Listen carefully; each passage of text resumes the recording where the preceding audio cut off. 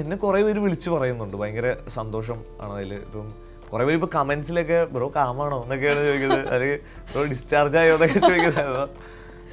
കുറേ പേര് ഇങ്ങനെ ഞാൻ തിയേറ്ററിൽ നിന്ന് കാണുമ്പോഴും ചില സീനിലൊക്കെ ഇങ്ങനെ ഉയ്യോ എന്നൊക്കെ പറഞ്ഞ് ഇങ്ങനെ ഒച്ച ഉണ്ടാക്കി പിന്നെ പുറത്തൊക്കെ വന്നിട്ട് എന്നെ തൊട്ടൊക്കെ നോക്കിയിട്ടാണ് പ്രശ്നമൊന്നുമില്ലല്ലോ, ഇല്ല കുഴപ്പമില്ല.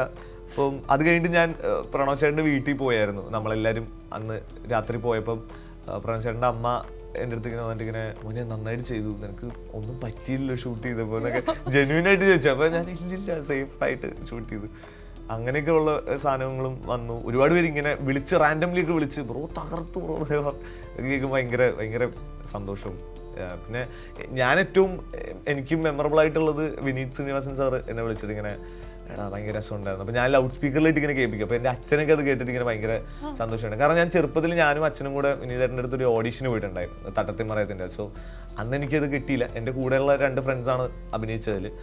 പിന്നീട് ഇങ്ങനെ വിനീതേട്ടൻ വിളിച്ചിട്ട് നന്നായിട്ട് ചെയ്തു എന്ന് പറയുമ്പോൾ ഞാൻ വീണ്ടും ചേട്ടാ അടുത്ത പടത്തിലപ്പോൾ വിളിക്കില്ലേ